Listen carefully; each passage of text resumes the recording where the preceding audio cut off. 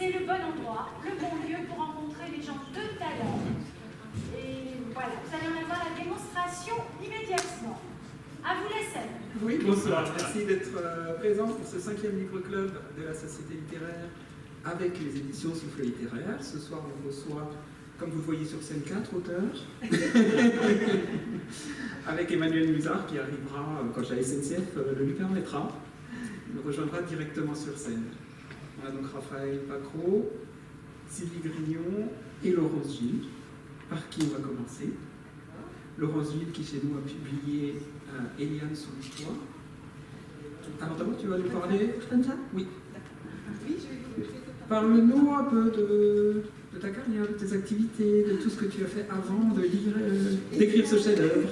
Avant d'écrire ce chef-d'œuvre, j'ai écrit d'autres livres. Ah oui, j'ai malheureusement une longue carrière, parce que ce qui fait que je ne suis pas toute jeune. J'ai commencé par être comédienne, et puis j'ai écrit mon premier roman qui s'appelait, chez Julliard, qui s'appelait Le mari de maman, et j'ai eu la chance que ça ait un grand succès. Donc ça m'a permis de continuer. Donc j'ai publié 13 romans et deux biographies et un essai jusque-là. Je ne sais même pas si c'est pas le 14e celui-là. Et puis j'ai fait beaucoup de théâtre. J'ai écrit beaucoup pour le théâtre et j'ai aussi la chance d'être jouée par des beaux noms comme Michel Roux, comme Micheline Poudet, Micheline Dax, Annie Cordy et Marc Mercadier qui a joué ma première pièce à la Renaissance. Voilà. Donc j'ai une jolie carrière dont je suis contente. Et puis je suis ravie d'être arrivée aussi avec ce dernier roman chez Souffle littéraire parce qu'ils sont vraiment charmants. Voilà en gros, au plus rapide. Alors Eliane sous le toit, c'est un roman très dynamique. Oui, dynamique, auquel on ne s'attend pas du tout. Donc ça commence par une famille très catholique, tranquille, où chacun a son rôle bien défini. La mère qui a un emploi du temps surchargé entre laver les vitres, laver le sol, faire la cuisine, faire le ménage. Le mari, évidemment, qui travaille, qui est très occupé par son travail, qui ne pense qu'à ça, à sa carrière.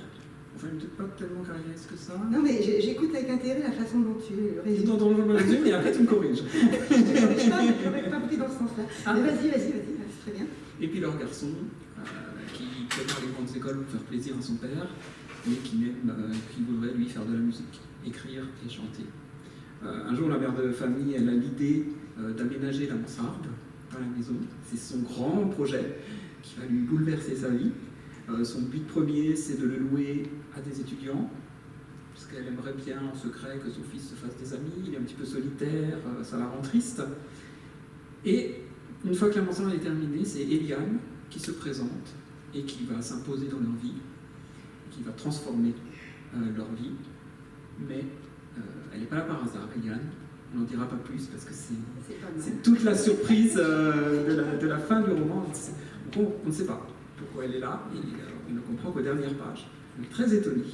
Alors, est-ce que j'ai pas trop dit? Non, c'est plutôt bien. Moi, j'aurais fait dans l'autre sens, c'est-à-dire j'aurais dit c'est une femme qui tout d'un coup s'introduit dans une maison, dans une famille coincée, et qui va, pour une raison qu'on ne connaîtra qu'à la fin effectivement, mais qui va faire en sorte de changer complètement cette famille, de la décoincer, de faire en sorte que la mère justement, ce sont des gens très... Enfin, le père est plein d'assurance, et tout d'un coup elle va faire tomber cette assurance. Le fils est un fils coincé aussi parce que le père l'imagine énarque, alors qu'il est, comme tu dis, effectivement, il ne rêve que de rap et que de guitare, et il n'ose pas, bien sûr, parce qu'il est tellement habitué à accéder à ce que son père veut, qu'il est tout à fait aussi étriqué dans sa vie, en essayant d'être un futur énarque qu'il ne sera jamais, il le sait déjà. Et puis la mère, justement, se suffit d'être une bonne mère et une bonne épouse, et une bonne catholique aussi. Et puis tout d'un coup arrive cette créature venue d'un autre, dont on sait tout d'ailleurs. On ne sait pas pourquoi elle s'installe dans cette mansarde qui est dans une maison en bord de mer hors saison. Donc normalement elle n'a rien à y faire. En plus elle a les moyens de refaire le toit. On ne sait pas. Déjà de payer pour un an. De payer pour un an. Et puis tout d'un coup, elle s'impose petit à petit au point de se rendre indispensable à cette famille, ne serait-ce que par les dîners qu'elle concocte. Et puis elle fait du charme aussi, elle paye le toit, mais elle fait du charme au couvreur, on ne sait pas pourquoi. Et jusqu'à la fin, on ne sait pas pourquoi, parce que Eliane a bien sûr, alors on ne va pas en parler peut-être, on ne dit pas la fin. Elle a une vraie raison d'être là, mais en plus, non seulement elle change cette famille, elle la fait éclore, c'est-à-dire que la femme, tout d'un coup, devient coquette, sort avec Eliane alors ce qu'elle n'aurait jamais osé faire sans son mari. Le mari perd son assurance et enfin il devient un homme presque humain, normal. Et puis quant au fils, alors il s'accroche à cette Eliane parce qu'elle le soutient dans sa volonté de s'éclater en tant que jeune, quoi. Voilà. Son côté artiste. Oui, en fait, finalement, c'est pas mieux que ce que tu dis, la façon dont on parle. C'est juste dans l'autre sens, en fait. Bon, enfin, je pense que tout le monde aura à peu près compris le sujet. Ben moi, je me demandais toujours comment t'es venue l'idée du livre, parce qu'il y a plusieurs messages, alors, on peut s'identifier à un personnage en particulier. Alors, bizarrement, j'ai adapté ce livre d'une de mes pièces, qui a été créée, qui s'appelait Gwendoline, qui a été créée par Micheline Dax, Christine Delaroche et Patrick Préjean. Je ne sais pas si ça... Les jeunes ne doivent pas savoir ça aussi, ça leur parle peut-être pas, mais d'autres oui, je pense. Mais ça fait longtemps. Et je trouvais que ce sujet, la pièce avait bien marché, et je trouvais que ce sujet était intéressant et qu'on pouvait en faire justement un livre. En général, c'est le contraire, on adapte plutôt une pièce ou un film d'un livre, et là je suis allée dans l'autre sens parce que ce sujet m'intéressait. Mais je l'ai déjà fait aussi avec une... Je pense que quand il y a un bon sujet, enfin un sujet qu'on aime en tout cas, c'est intéressant de le prendre sur différents angles et d'aller jusqu'au bout de ce sujet pour en obtenir un éventail différent. Alors effectivement, Eliane sous le toit, ça n'a pas du tout le même style que la pièce, parce que la pièce était beaucoup plus comique. Là, c'est plus intriguant. Et c'est ça qui m'a fait plaisir, justement, c'est de pouvoir travailler différemment un même sujet. Ce que j'avais fait pour une autre de mes pièces, celle qui avait été créée justement par Marc Mercadier, et qui s'appelait Les voisins du dessus. Et c'était un couple qui mettait le grappin à un couple qui n'avait pas eu l'occasion de faire d'enfants parce qu'ils s'amusaient trop ensemble. Puis tout d'un coup, arrivé à l'âge d'être grands-parents, ils trouvaient que c'était dommage de ne pas avoir au moins un petit enfant. Et du coup, ils ont mis le grappin sur un jeune couple qui venait de s'installer à l'étage au-dessous. Et j'en ai fait, et le metteur en scène qui avait monté cette pièce m'avait dit ça serait bien aussi pour un couple d'homosexuels. Et du coup, j'y ai pensé, et j'ai fait Max et Charlie avec Michel Roux, justement, et Jean-Luc Moreau. Et c'était le même sujet, mais c'était complètement différent aussi. Bonjour, monsieur. Bonsoir, Emmanuel Musard. Bon, voilà. Donc, c'est...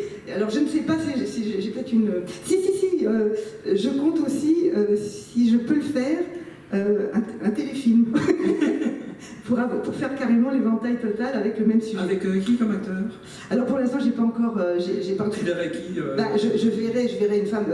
C'est surtout la femme, parce que c'est le personnage central, c'est Eliane. Eh bien, par exemple... Alors, Mimi Mati, bizarrement, à un moment, on voulait le faire. Pour Eliane, parce que tout le monde peut jouer Eliane. Hein. C'est un personnage sans âge, en fait, et chacun peut apporter sa personnalité. Et Michel Bernier, par exemple, elle serait formidable aussi là-dedans. De toute façon, il faut une bonne femme qui a un charisme, qui a du caractère, et qui écrase, en fait, cette famille pour la faire mieux éclore après. Marie sera difficile à jouer parce qu'il y a la transformation. Oui. Il y a un personnage principal, puisqu'elle se transforme et elle n'est plus du tout la même personne. Oui, tu as raison. Marie aussi, ils se transforment tous, hein, remarque. À part Eliane, mais finalement. Le mari et le jeune, c'est plus facile dans le sens où... Le mari perd ses certitudes, donc c'est déjà, tout d'un coup, il explose aussi un petit peu. Oui, le fils est peut-être un peu plus facile de déstabiliser. Mais tu as raison, c'est la mère. Mais il y a tellement de sublimes comédiennes, comme Karine Viard, on peut rêver à toutes les comédiennes qui sont de plus en plus géniales, je trouve. Je suis folle de nos comédiennes françaises. Bon, voilà.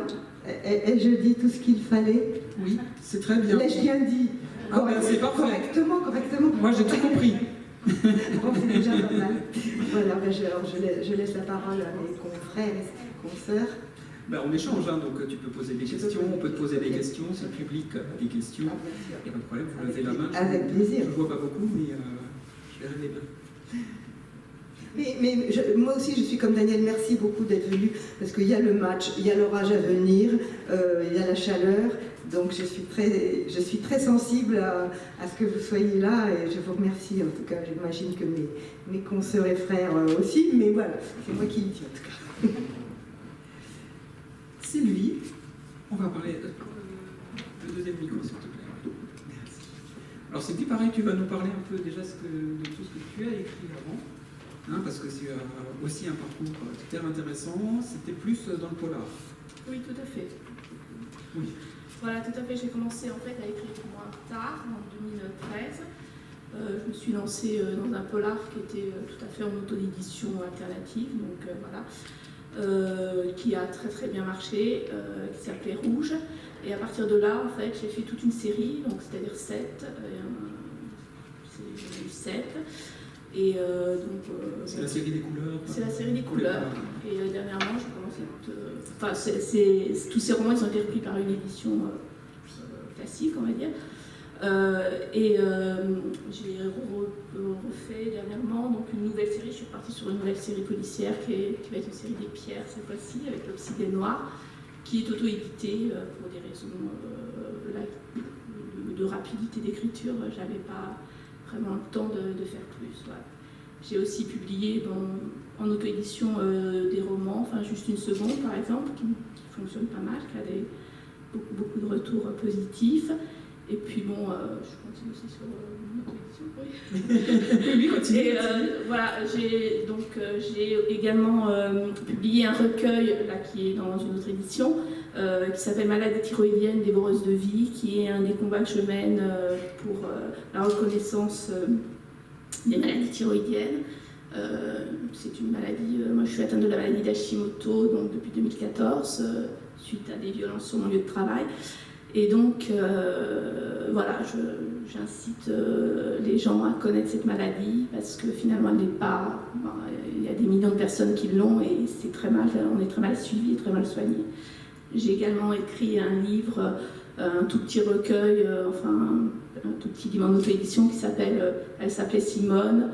Elle s'appelle la DLC, c'est-à-dire la démence à corps de la DCL, pardon, la démence à corps de Lévy. Donc ça, c'était un livre hommage que j'ai écrit pour ma maman qui était atteinte de cette maladie, qui est une maladie neurodégénérative, qui a longtemps été assimilée à Alzheimer, mais qui est d'où le lien avec Camille. Voilà. Et donc tous les droits auto-édités sont tous reversés à l'association A2MCL, qui est donc l'association des aidants pour la maladie voilà, dont était atteinte ma maman, qui est une maladie qui n'est pas très rigolote et que je souhaite à personne. Voilà. Ça fait la transition effectivement pour rappeler voilà. Camille, qui est un livre plein d'émotions. Camille, elle est très âgée, elle est en EHPAD, elle n'a pas tous ses souvenirs en tête, mais ce qu'elle a, c'est des piles de carnets, parce qu'au fur et à mesure de sa vie, elle a écrit chaque journée ce qui lui est arrivé, elle a numéroté les carnets, et elle les a tous conservés, et elle commence à les regarder, et c'est un chemin très intéressant entre ce qu'elle sait aujourd'hui, les carnets, donc ce sont des choses dont elle ne se souvient plus du tout, et qu'elle relit comme si elle redécouvrait, mais qui déclenchent ensuite sa mémoire. Et donc on vacille en permanence entre ce qu'il y a dans les carnets et puis sa mémoire qui se réactive et les événements dont elle se souvient a posteriori. Et donc on la suit. Ce qui est bien aussi, ce que tu as fait, c'est cette chronologie où tu nous fais naviguer dans sa vie, mais pas dans l'ordre. Donc des fois on la retrouve à 60 ans, puis on revient à 20 ans pour expliquer, puis on revient à 30, 40. Donc c'est enfin, tout est tellement bien construit qu'on ne le voit pas si on ne regarde pas les dates, on peut le lire comme ça, page après page. C'est vraiment une introspection de cette femme et qui navigue donc entre tous ses souvenirs et son présent, avec la fin qui nous ramène au-delà de nos années à nous, puisque l'histoire se termine bien loin dans le temps. Et on espère, enfin entre-temps il y a eu la crise du Covid qui nous laisse dire que c'était pas si loin dans le temps, mais on espère que ça ne nous arrivera pas à ce point-là. Ce livre, tu l'as écrit quand ? En fait, je l'ai écrit petit à petit, on va dire depuis 20 ans, j'écrivais des petits chapitres. Et en fait, quand ma maman est rentrée en EHPAD, je lui ai lu certains chapitres et j'ai vu que, en fait, elle reprenait vie, entre guillemets, parce que c'était, comme je redis, hein, c'est une maladie où on perd aussi bien la mémoire, mais en plus on vit dans un monde d'hallucinations. Et donc j'arrivais à lui redonner, on va dire, une petite étincelle, et je me suis dit, tiens, si on en faisait un livre, tout simplement, parce que EDIN, ça peut servir à certaines personnes et leur donner le déclic. Peut-être par un autre moyen, on peut accéder à la mémoire, chose qu'on ne fait pas en EHPAD, il faut le savoir. Voilà, donc en fait, c'est un livre qui a mis beaucoup de temps. Contrairement à mes polars que j'écris très vite, les romans, je mets énormément de temps. Non, mais ce qui est intéressant, c'est que ce n'est pas des personnes extérieures qui vont lui rappeler, qui vont lui ramener la mémoire, c'est elle-même, en redécouvrant ce qu'elle a écrit. Donc elle se guide elle-même à travers ses carnets pour une dernière fois se souvenir de l'ensemble de son existence. Donc le message, c'est ça, c'est qu'il faut aider. Il y a plusieurs moyens de raviver cette mémoire, de la retrouver. Elle est quelque part, enfouie, et par l'écriture, elle réussit à la retrouver. Puis il faut écrire, je crois. C'est un peu le message, c'est que chacun peut écrire. Il n'y a pas on n'a pas besoin de faire des études ou quoi que ce soit. Bon, bien sûr. Hein. Après, il faut être capable de faire une phrase. Pour écrire son journal. Voilà, simplement, on voit Camille, elle a fait son journal et grâce à ça, finalement, on va pas dire la suite. On va pas raconter. C'est ça, voilà. Enfin, moi, c'est ça qui m'a touché, c'est de me dire, moi aussi, tout d'un coup, j'ai envie d'écrire au jour le jour. C'est ça, tout à fait. Pour un jour, si moi aussi je perds la mémoire, pouvoir tout retrouver et tout conserver. Ouais. Donc, c'est un livre plein d'émotions. Et on te remercie vraiment de nous avoir fait confiance. On sait qu'il te tient beaucoup à cœur. Et on a bien travaillé dessus. Et c'est un super livre. Merci beaucoup. Ça va être dur de faire la transition avec l'Australie. On va aller karaoké. Alors, Raphaël, parce que j'ai dit le nom de tout. Backpacker en Australie. Tout à fait. Alors, pour ceux qui ne savent pas, parce qu'ils n'ont pas encore lu le livre, tu veux nous dire un petit peu ce que c'est le backpacking? Alors, le backpacking, globalement, c'est l'art de voyager à faible coût, sur de longues distances, et si possible en réduisant au maximum l'impact qu'on puisse avoir dans le pays, tout en profitant au maximum aussi. Et en fait, c'est un art qui est en plein boom, si vous voulez. Il existe depuis longtemps. Depuis, je veux dire, les premiers hippies là, qui sont partis à la découverte de l'Inde avec leur sac à dos, mais il se développe de plus en plus. Et si vous voulez, donc de plus en plus dans tous les pays, à n'importe quelle échelle, mais je trouve que globalement, cela se fait mal. Cela se fait mal, on parle beaucoup du tourisme de masse, entre guillemets, et je pense qu'on arrive à un point où même les backpackers, entre guillemets, ceux qui voyagent juste avec le sac à dos et s'imaginent que voilà, ils vont vivre glamour et d'eau fraîche avec leur tente sans impacter l'environnement, font énormément de mal. Et je pense, en l'ayant vécu pendant 5 ans, qu'en fait, il est extrêmement facile et extrêmement... on n'a plus de choix à l'heure actuelle. Il faut absolument qu'on revisite notre manière de voyager, et de manière juste simple, avec du bon sens, et ça me paraît assez dingue de voir que juste avec cette petite notion de bon sens, on peut faire des choses mais extraordinaires, vraiment extraordinaires. Le backpacking, pour moi, c'est l'école de la vie, tout simplement. Ça fait un peu peut-être lourd comme introduction, mais le backpacking, c'est quelque chose qui est en plein essor. Là, en plus, ils vont ouvrir les barrières, je l'espère, très rapidement. Ça va être la folie. Ça va être la folie. Tout le monde va vouloir partir, entre guillemets, en sac à dos. Dans les pays, ils le développent énormément. Et l'Australie est un bon exemple, puisque par exemple le backpacker. Exactement, l'Australie, en fait, c'est un peu...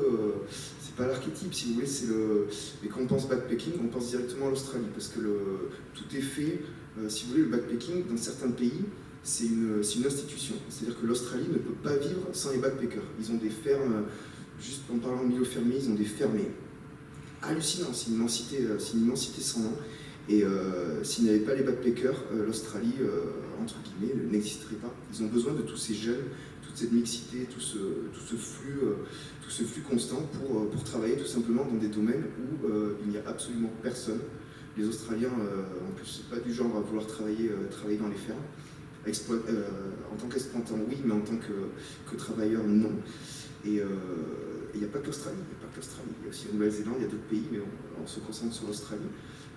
Non, le backpacking, vraiment, c'est quelque chose qu'il va falloir mesurer, et en même temps, je pense aussi prendre conscience de son potentiel. Son potentiel, il est juste hallucinant. On peut tout faire avec le backpacking. Vraiment. Le backpacking, comme vous décrivez dans le livre, parce que finalement, après, nous, on pense backpacking, juste prendre son sac à dos et puis aller faire n'importe quoi dans des pays d'Europe ou dans d'autres pays. Tout le monde en backpacking ne va pas aller travailler dans les champs. Exactement. Voilà, il veut juste profiter sans payer hôtel. Exactement. Il y en a d'autres qui vont s'installer, j'en sais rien, 6 mois dans une ville, puis peut-être travailler dans une banque, et puis ensuite faire du backpacking par la suite. Et toujours dans le cadre de je vis et je travaille dans un autre pays. Il y en a d'autres qui vont aller dans les fermes, d'autres qui vont découvrir la permaculture, il y en a d'autres qui vont... Il y a tellement le panel de choix, et juste en fait on peut faire vraiment n'importe quoi, entre guillemets, mais il faut le faire bien. Et vous êtes parti du coup quand pour l'Australie? Alors moi je suis parti... Sur 2 ans C'était sur 2 ans, c'était à la fin de mes études, dans une période où je ne savais pas trop quoi faire, et en fait je me suis retrouvé un peu au pied du mur.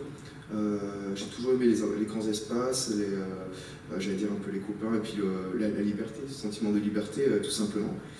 Mais je m'étais un peu retrouvé dans une situation où j'étais un peu frustré de, je sais pas, peut-être ce manque de liberté, ce manque de laisser aller. Je voulais simplement, je sais pas, donner libre cours un peu à mes pensées par des actions. Et ça a été directement, en parlant parfaitement l'anglais avant de partir. Mon niveau d'anglais était déplorable. Les amis en plus ici peuvent le confirmer. J'ai étudié l'anglais pendant 10 ans, je suis arrivé en Australie. Non, clairement, j'avais pas du tout le niveau. Mais il s'acquirait très vite. Et puis après, c'est les rencontres qui font tout, quoi. Et des rencontres, de très belles rencontres. L'Australie, en fait, c'est un milieu... c'est sûr, il y a les Australiens, mais c'est un milieu où la mixité culturelle, elle est complètement folle. Vous avez des communautés de tout.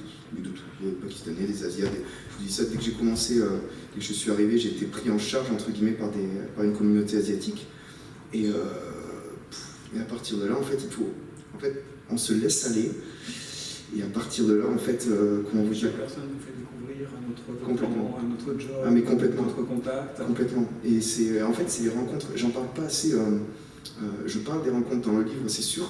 Mais clairement, c'est sûr. Quand on parle voyage, on pense souvent aux beaux paysages. Et oui, c'est sûr. De toute façon, il y a c'est sûr, les paysages sont dingues et une faune, une flore, mais juste exceptionnelle. Mais ce sont dans de tels voyages, des voyages au long cours, ce sont les rencontres qui font tout.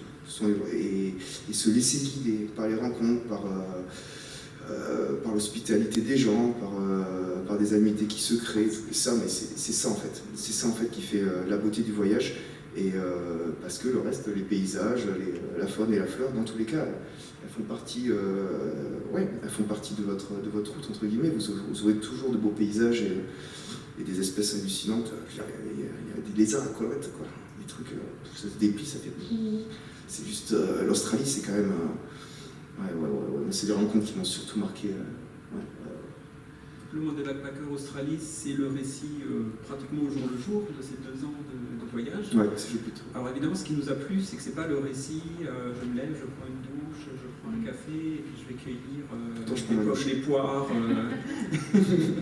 Non, c'est vraiment, il y a en même temps le côté historique. Vous avez fait des recherches pour alimenter le livre. Il y a le côté culturel, évidemment, où vous racontez bien toutes ces personnes que vous rencontrez, les Asiatiques, les Indigènes et les Australiens eux-mêmes. Et puis en même temps, c'est drôle, parce qu'il y a beaucoup de passages très comiques. Ça fait parfois peur, parce qu'il y a des serpents et des araignées qu'on n'a pas envie de rencontrer. Je ne vais pas lire ces passages, mais... Et on vous suit comme ça pendant 2 ans, au jour le jour, pour découvrir l'Australie avec vous. Et c'est vraiment ça, parce qu'à la fin, on a l'impression, sans jamais y être allé, de connaître l'Australie. Et on a juste envie d'y aller, avec le sac à dos, parce que sinon je vais me faire taper sur les doigts. Mais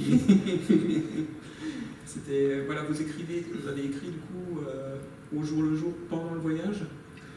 Oui, non, c'est-à-dire que si vous voulez, le but c'était de, encore une fois, qu'en fait, c'est viser à l'immersion totale, d'envoyer un maximum d'informations aussi, mais que ça reste de manière digeste. Et si vous voulez,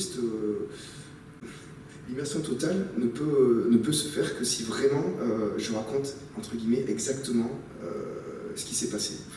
Ce système de au jour le jour vise à justement à ce que le lecteur puisse me suivre pas à pas dans l'aventure. Et c'est pour ça, la mémoire est défaillante, donc il faut noter absolument, moi je m'impose en voyage, de noter chaque nuit tout ce qui s'est passé dans la journée. Enfin, tout ce qui s'est passé, pas tout, parce qu'il y a quand même des choses assez inutiles quoi, à raconter. Mais voilà, j'essaie de garder les éléments qui me suivront ensuite que je trouve intéressants, tout simplement, à partager.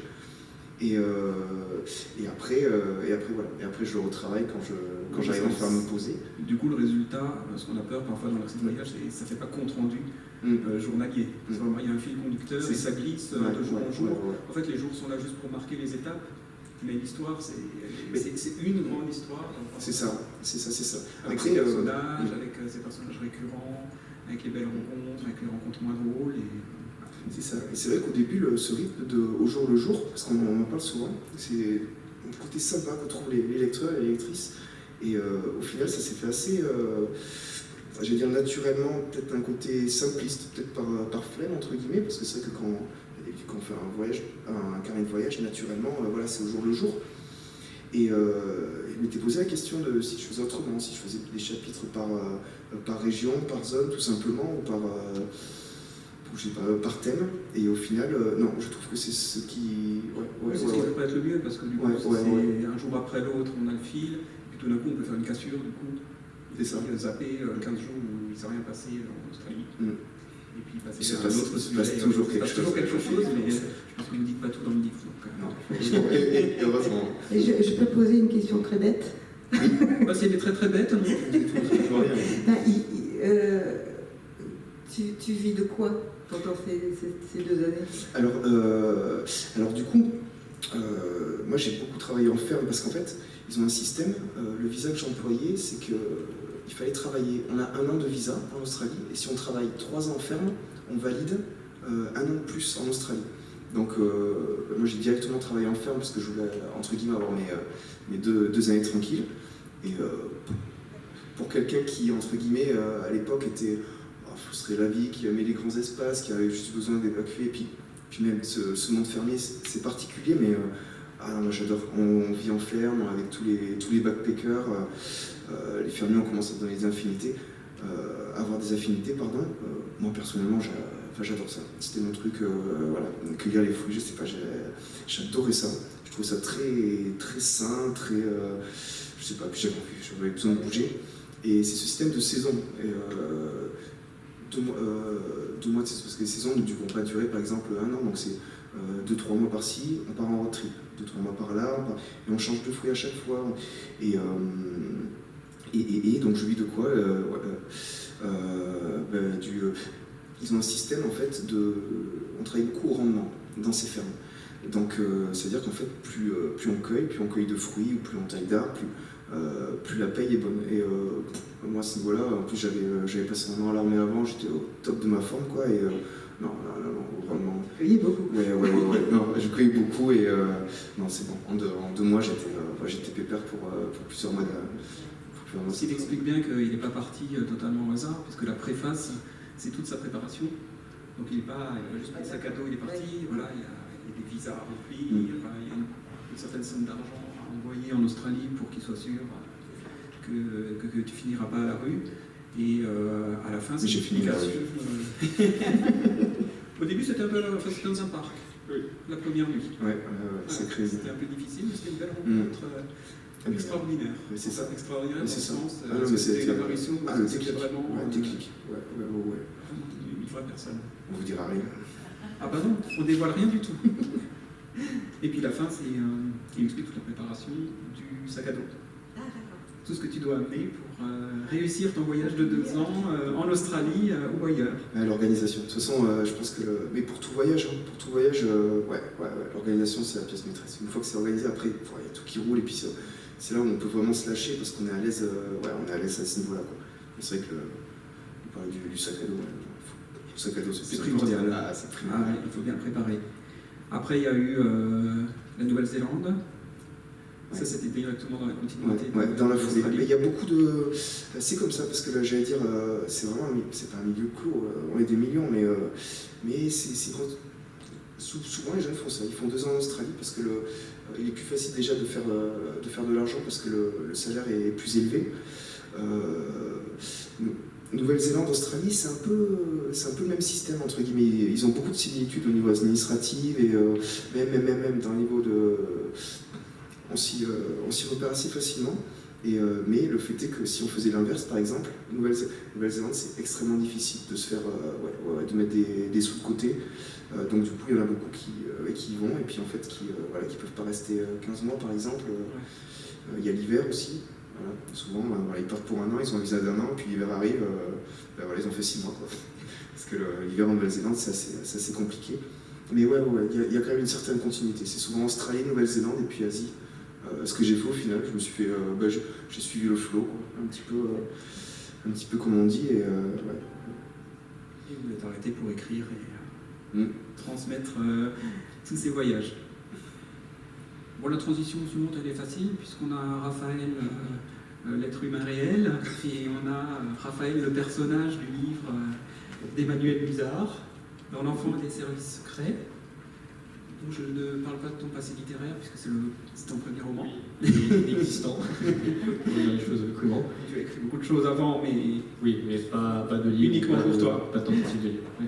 L'enfant des services secrets, on passe au roman d'espionnage. Avec Raphaël, je crois qu'on est des vrais espions, mais ça c'est parce que le livre est convaincant. Un livre d'espionnage avec comme personnage principal un adolescent. Alors là, ça va être très très difficile de résumer sans rien révéler. Sans rien révéler. Donc au départ, Raphaël, celui qui est là-dedans, est un adolescent tout à fait normal. Oui, c'est un lycéen. Il va au lycée, il a des amis, il a des ennemis, il commence une histoire d'amour. Enfin, c'est un petit peu compliqué aussi, mais ça c'est normal, c'est l'adolescence. Et puis un jour, il se passe quelque chose qu'on ne nous dira pas.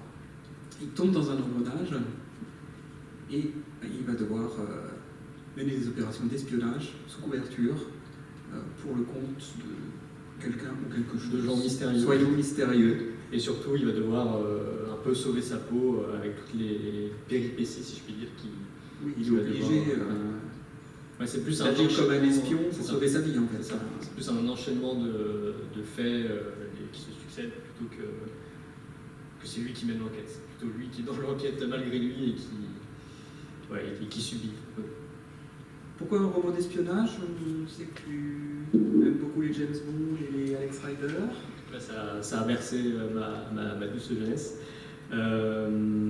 Parce parce que j'ai toujours adoré l'espionnage, les James Bond, les Zack Snyder, comme tu disais, et aussi les Shérifs que j'ai lus quand j'étais au collège.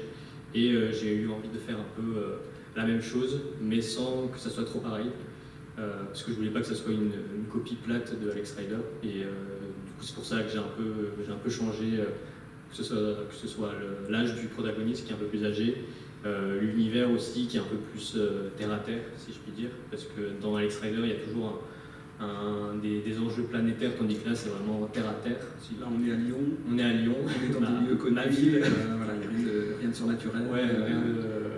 Ouais, je voulais quelque chose qui paraisse le plus crédible possible, même si on suit l'histoire d'un lycéen qui a quand même des capacités un peu. Oui, il est prédisposé à ce qu'il va affronter quand même. C'est ça.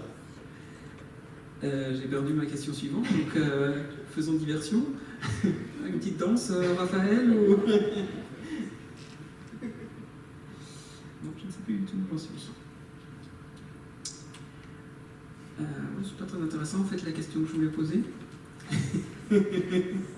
Mais oui, parce qu'il n'y a pas que James Bond avec Rider, parce que c'est très précis en fait. Tout ce que tu donnes sur le maniement des armes, ça fait un peu peur que ce soit si précis, sur comment fonctionne la DGSI, la DGSE. Oui, parce que j'ai un peu... voilà. Dis-nous pourquoi c'est si précis. Pour le maniement des armes, j'ai eu la chance de faire une année d'études aux États-Unis, et du coup, là-bas, le port des armes est quand même assez différent qu'en France, et j'ai pu aller dans un stand de tir et voir comment ça se passe là-bas, que c'est vraiment un loisir comme nous, on pourrait aller jouer, je sais pas, au foot ou au tennis un dimanche après-midi. Là, c'était quand je faisais du tir avec deux de mes amis, il y avait dans le box d'à côté, il y avait un père de famille avec son gosse de 13-14 ans, je dirais, et avec un pistolet ou un fusil d'assaut à la main, et il s'entraînait. Du coup, il y a une petite allusion par rapport à ça. Et du coup, oui, j'ai pu tester différentes armes, et c'est très bizarre au début, et j'ai essayé de le retranscrire le plus proche possible de la réalité. Et pour ce qui est de la hiérarchie des grades, oui, ça c'est grâce à mes études, parce que j'ai fait de la science politique et du droit, enfin plus de la science politique que du droit. Et du coup, oui, j'ai pu un peu me plonger dans tout ce qui est le renseignement, la police, la gendarmerie. J'ai pu un peu avoir des avis sur comment ça se passe au niveau des grades, comment un sous-officier s'adresse à un officier. Et puis du coup, il y a aussi de ça qui transparaît dans le livre. Donc en fait, c'est comme pratiquement tous les premiers romans, il y a beaucoup d'autobiographies. Ouais. C'est un peu ce que tu aurais voulu être, enfin si les circonstances avaient voulu que tu deviennes au collège, plus maintenant. espion. Au collège, oui, plus maintenant. Oui, mais c'est sûr, oui, il y a toujours... Le premier livre, oui, il y a toujours beaucoup de soi. J'ai essayé de limiter le plus possible. Après, il y a toujours des références à ma famille et à certains amis. Donc là, eux, ils se reconnaissent dans les clins d'œil. Mais j'ai essayé de limiter au maximum, même s'il y a toujours des petites références à moi qui subsistent. Oui, ce qui est parfaitement normal dans un premier livre. La correction t'a apporté beaucoup pour... Oui. On dit toujours améliorer le livre, c'est toujours délicat, mais attention, le correcteur nous fait le plaisir d'être dans la salle aujourd'hui. Et Jonathan est là. L'expérience avec le correcteur, c'était franchement dingue, parce que déjà au début, on prend un peu peur, parce qu'on reçoit le manuscrit avec plein d'annotations dans la marge. On en avait 1800 pour la première lecture, et je me suis dit, mais comment je vais faire Et en fait, non, c'est hyper enrichissant comme expérience, parce qu'en fait, on juge un travail et pas une personne. Donc déjà, on prend un peu de la distance, et comme après, quand il y a des critiques négatives, on les prend beaucoup moins à cœur. Je pense pas qu'il y en ait beaucoup, mais il y en a eu quelques-unes. Oui, il y en a toujours quelques-unes. Mais franchement, déjà pour ça, c'était cool, et aussi de travailler, de voir un peu en quoi ça consiste le travail de correcteur, et que c'est vraiment un travail, moi je suis toujours très admiratif, parce que faut traquer les moindres détails, se renseigner, même si moi j'avais fait des recherches de mon côté, et puis aller dans le détail des soucis, à la fois de la médecine et puis pour d'autres choses. Non, franchement, cette expérience était vraiment top. Merci. Ça va, du coup, cette façon de travailler avec le correcteur, ça change ta façon d'écrire la suite, parce que Oui, alors l'histoire à la fin, c'est une vraie fin. Oui, c'est une vraie fin, mais dans le même esprit. Oui, il y aura une suite que je suis en train de finir. Et du coup, en écrivant, je me dis, qu'est-ce qu'un correcteur pourrait me dire à ce moment-là? Et du coup, j'anticipe et je recorrige avant pour éviter pour avoir peut-être moins de 1800. Pour éviter des remarques de la pluie mamie, bon ben on verra ça un jour. Non, franchement, ouais, c'est travailler en se disant tiens, il pourrait se passer ça dans l'esprit du correcteur, alors je corrige direct. Ouais, donc ça a quand même modifié ta façon d'écrire. Ouais, tout à fait. Vous vous êtes lus les uns les autres? Raphaël? Avec Manu, on s'est envoyé mutuellement nos Oui. Donc, ouais, j'ai super apprécié, d'autant que j'avais arrêté la lecture depuis un sacré bail. Et je lisais que la documentation pour les recherches, le courrier international. Et tu m'as remis à la lecture, tu vois. Je me suis échappé, en plus c'était une période à la fin d'année et tout. Non, il faut quand même évacuer un petit peu avant les vacances, quoi. Et non, vraiment ça m'a fait du bien, je me suis relancé. Puis en plus c'est un milieu, l'enseignement et tout le travail, c'est un milieu dans lequel je voulais partir quand j'étais dans quelques formations en commun avec Emmanuel.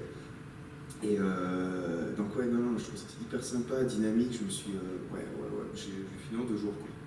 Voilà. Oui, j'étais un peu blasé du coup, mais ça fait plaisir. J'avais tellement soif, du coup, donc voilà. C'était en 2 jours, vous avez en 2 semaines quand même, appréciez-le. Et mais non, j'étais bien, et de toute façon je te l'ai dit 1000 fois, je l'ai dit une fois. Mais non, vraiment, t'es très talentueux. Puis encore une fois, super jeune et tout, c'est parti pour la trilogie du siècle. Oui, j'en verrai, non, s'il y aura un 2 et un 3. Donc. Bah, à moins que vous l'ayez convaincu de prendre son sac à dos et de partir. Ah oui, j'ai l'écriture pour partir. Deuxième partie ou troisième partie, non, il y a une partie où, je sais pas, il fait un stage de survie dans l'outback, j'en sais rien. En plus, il y a le sac à dos. C'est vrai qu'il y a une petite ressemblance. Ouais, tout à fait. Et donc, tu as lu? Et puis moi, oui, pour répondre à ta Backpacker. question, j'ai lu Raphaël, et puis je vous ai aussi lu, et oui, c'était déjà le cadeau de Noël pour ma mère, donc que j'ai offert à ma mère. Et du coup, parce que moi ça m'intriguait beaucoup, et elle l'a lu en 1 soirée ou 2 soirées. Et puis moi je me suis dit, mais bon, ça me tentait bien, donc je l'ai lu direct, et puis je l'ai lu pareil en 1 soirée, et j'ai adoré.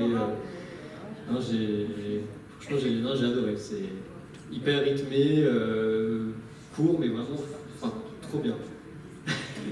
Non, il n'y a pas d'obligation. Non, mais franchement, je tenais à le dire, ça a été mon coup de cœur de 2020, qui était avec le Joli Dicker et un de Pierre Lemaitre.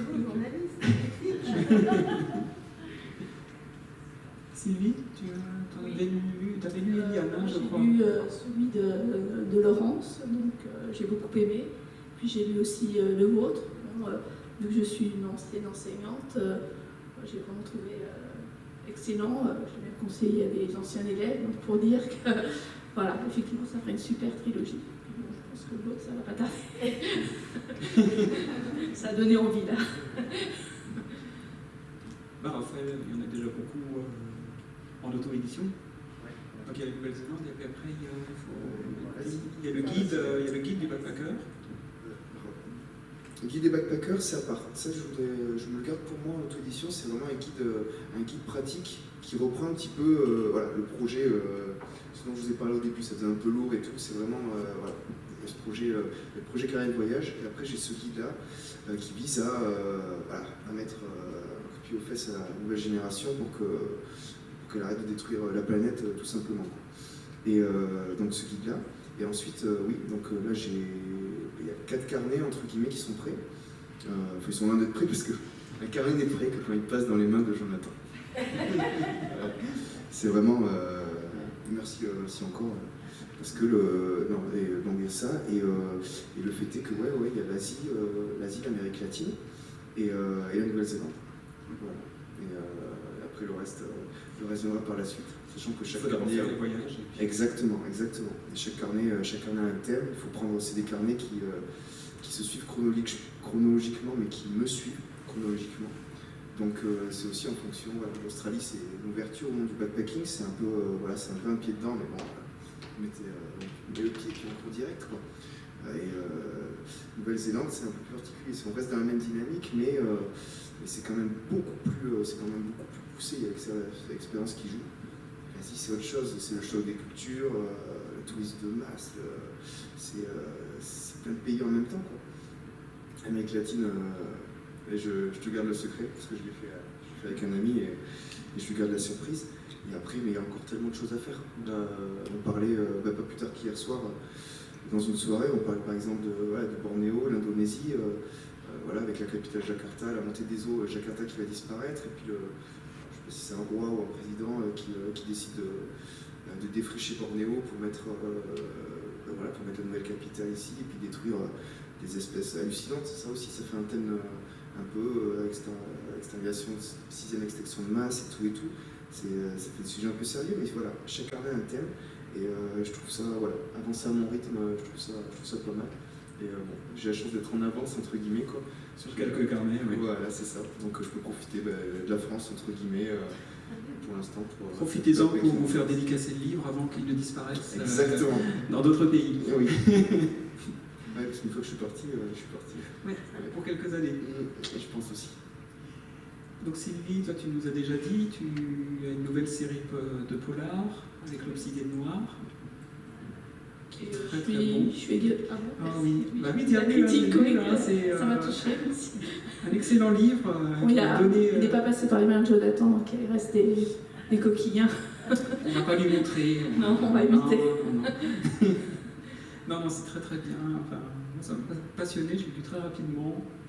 Et je me suis intéressée à la lithothérapie, du coup, après. Parce que tu le décris très bien. Donc tu vas continuer sur cette série. Voilà, ça c'est vraiment pour la série des plaisir. couleurs, C'est ça, la tout à série fait. des pierres. C'est ça. Sinon, je suis sur un roman depuis déjà 1 an et demi.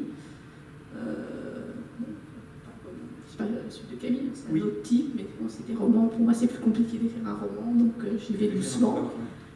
Voilà, peut-être j'y mets plus d'émotion, je sais pas, voilà. Donc, ça pour l'édition, on verra si j'arrive au bout. Voilà. J'ai encore une question très bête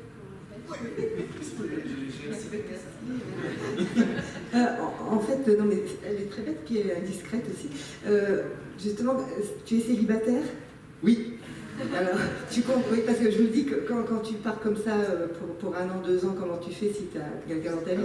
Alors c'est marrant parce qu'en fait, je suis parti tout seul, mais au bout de 3 mois, en fait, j'ai rencontré une Allemande avec qui je suis resté pendant 4 ans à voyager. Et en fait, on se voit toujours, on va se voir là, son anniversaire là, en Allemagne, là, je vais lui faire un coucou. Et en fait, je sais pas quoi dire à ce niveau-là, j'ai envie de dire... Parce que c'est quoi exactement ta question, Cécile? Ma question, comment on fait voyager? Oui, non, ça t'empêche pas de voyager, plutôt ça, apparemment non, mais ça t'empêche plutôt d'avoir quelqu'un dans ta vie longtemps. Mais je parle, en fait, c'est par période, quoi. Il y a des périodes là, franchement, c'est ma période où je suis dans mon projet, j'ai envie de voyager. Il était carré, on pense toujours aux filles, quoi, mais c'est pas le... Non, tu sais, je sais pas. Oui, non, mais donc c'est une liberté formidable que tu choisis. C'est une liberté, et j'allais dire, en voyage, je n'ai qu'une expérience d'expérience en couple et en voyage, et c'était fabuleux. C'est ce qui a fait tout le... On était hyper complémentaires, on était plus que de potes, quoi. C'était vraiment... On se comprenait, on avait complètement la même notion la même perception de nous, ce qui paraissait être le top du voyage. C'est fou. Donc, non, tu as répondu à peu près, merci. Voilà. Je peux pas en dire plus parce que c'est vrai que c'est un instrument, on en parlera en coulisses si tu veux. Comme tu as le micro, toi, tes projets? Alors mes projets pour l'instant, j'ai une pièce qui a été arrêtée à cause évidemment de la situation, mais qui repart en tournée. Et puis j'ai une autre pièce qui va normalement début 2022 avec Véronique Jeannot et Jean-Luc Moreau. Voilà. Et c'est une pièce que devait jouer Guy Bedos. Ça a été le grand désespoir de ma vie parce qu'il avait fait la lecture, il était magnifique. J'avoue que j'ai eu un coup de cœur pour Guy Bedos, réciproque, mais qui n'a pas duré longtemps. Et ce Guy Bedos, il voulait absolument jouer cette pièce, on avait fait une lecture merveilleuse. Et tout d'un coup, le producteur, il y avait déjà les affiches étaient presque faites, enfin la dette est faite, les dates de tournée aussi, et le directeur du théâtre de Lyon, qui était le producteur de cette pièce, tout d'un coup a dit je ne peux pas, on ne peut pas continuer parce que je reçois de mes abonnés plusieurs mails qui disaient si vous prenez Monsieur Bedos, on se désabonne du théâtre. Ça a été l'horreur. Du coup, il a été obligé d'abandonner Guy et le projet avec, évidemment. Et ça, c'est le grand regret de ma carrière parce qu'il était magnifique dans ce rôle, qui est donc repris par Jean-Luc Moreau et avec Véronique Jeannot. Et là, normalement, c'était avec Anne... je ne saurais jamais son nom, ravissante comédienne, dont le prénom commence par Anne. Ça vous dit quelque chose? Non. Ça va me revenir tout à l'heure. Anne Bouvier. Non, pas Anne Bouvier. Non, qui? Non, pas metteur en scène, comédienne. Parillo, merci. Vous avez gagné. Voilà. Donc voilà, ce sont mes projets les plus immédiats. Et puis l'écriture d'un livre dont je vous ferai part, sauf le littéraire, bien sûr, avec grand plaisir. On aura la primeur. Ça va de soi. Voilà, je passe à Emmanuel. Ah ben, il a tout dit. Emmanuel, tu as dit le principal en faisant des compliments de mon livre. Sachant que toi, tu es à la fin du... Oui, je suis en train de finir le 2 et j'ai déjà le 3 en tête. Mais je vais d'abord faire lire, comme j'avais fait pour le premier, à mes proches, et puis après j'enverrai aux éditeurs. Je voudrais quand même reparler de Jonathan, parce que tout le monde l'aime, mais il faut vraiment en parler, parce que le travail qu'il a fait, c'est plus qu'un travail de correction, c'est un travail de suggestion. C'est beaucoup mieux parce qu'il a un grand respect du texte et ne veut pas du tout le dévier. En revanche, il a tout d'un coup des suggestions qui sont évidentes, enfin qui nous paraissaient pas spécialement évidentes quand on écrit. Et puis voilà. Et moi qui ai quand même bien connu les correcteurs dans toutes les maisons d'édition qui m'ont publié, eh ben, je n'ai jamais eu quelqu'un d'aussi pointu et exigeant d'ailleurs, mais respectueux du texte. Voilà, c'est formidable. Voilà, je voulais quand même le souligner une fois encore. Voilà. Très bien dit. Je veux bien rajouter une couche sur Jonathan. Mais il a bien fait de venir en fait. Il est content. Non, Manu, tu disais que justement, tu anticipais par rapport à son travail de correction sur le deuxième bouquin, tu vois, anticiper. Mais c'est complètement ça en fait, parce que c'est le travail est complètement. J'ai l'impression que tu l'avais lu, mais une centaine de fois, l'ouvrage. C'est complètement. Je crois que tu es la seule personne où je me suis dit, mais. Ah ouais, non, mais c'est fou, tu connais mieux le bouquin que moi, des recherches, des trucs. En plus, ça allait beaucoup plus loin. Et du coup, j'ai inconsciemment, pas inconsciemment, on anticipe sur le deuxième bouquin et tout ce que tu nous as dit, et ce qui est le but au final. Ce qui est le but, c'est qu'on progresse par le biais de tes critiques. Qui sont toujours positifs parce que peu importe comment tu les sors, ça transcende le texte quoi. Et ouais, merci parce que du coup on évolue quoi, un peu comme les Pokémon quoi. Ouais, t'es un peu notre Sacha à nous quoi. Et puis ouais, j'espère que tu vas nous mener le plus loin possible quoi. En tout cas, on écoutera toujours tes conseils parce que ouais, ils sont sacrément bienvenus. Mais ouais, bravo quoi. Je vais vous poser une question. Oui, vas-y, Jackie. Comment devient-on correcteur? Il est fort possible qu'il y ait autant de chemins que de correcteurs. Ouais. Il y a des établissements de formation, il y a des cursus plus ou moins privés, mais pour ma part, j'y suis venu en plusieurs étapes, parce que j'étais d'abord auteur moi-même, donc sensibilisé à l'écriture, puis enseignant, donc sensibilisé à la pédagogie. Et puis je suis revenu à l'écriture en essayant moi-même d'être lu par d'autres lecteurs pour voir ce que le texte produisait comme effet. Et ça m'a fait nourrir en travaillant avec d'autres auteurs et j'en suis venu à vouloir en faire mon travail. Et j'ai continué de me former, je continue à me former, de faire des recherches quand c'est nécessaire, parce que chaque auteur arrive avec son univers et chacun d'eux me piège par bien des façons. Donc si je veux pouvoir le donner, il faut que je relève leur propre piège. Et vous continuez à écrire également? Oui, quand j'ai le temps. C'est toujours l'honneur de la guerre. Mais je progresse beaucoup en corrigeant les autres et ça reste un enrichissement quoi qu'il arrive. Donc merci à vous quatre. Merci Jonathan. Et bravo à Jonathan. Franchement, bravo. Il faut quand même souligner que quand on passe après des mois de travail des auteurs, c'est quand même beaucoup plus simple de voir les problèmes qui restent, parce qu'ils en ont solutionné beaucoup. Tu es trop modeste. Y a-t-il des questions de la part du public? Il n'y a pas de questions bêtes. Oui. J'étais curieux, pour votre livre, est-ce que Camille était consciente que ce sont ses parents? Oui, tout à fait. Tout à fait. Alors la question c'était est-ce que Camille est consciente que ce sont ses carnets et que c'est son histoire, que c'est elle qui l'a écrit?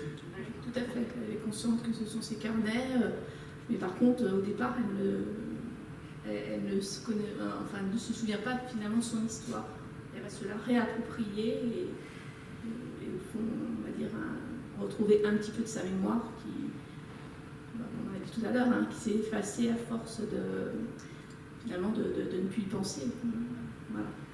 C'est intéressant le travail de mémoire. Est-ce que c'est simplement des mémoires ou une idée des mémoires qui se fait sont passées?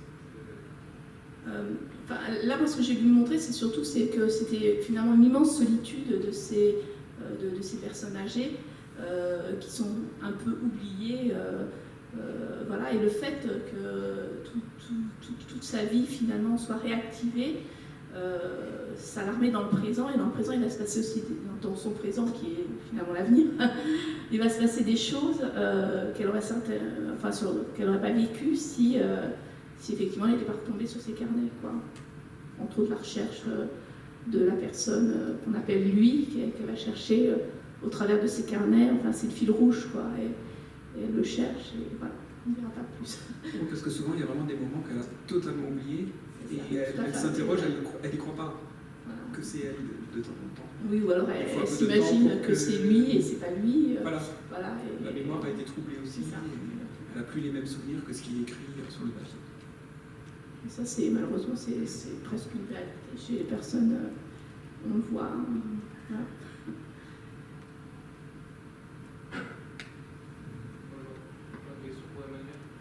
Je me demandais comment tu as fait te documenter sur le monde des services secrets.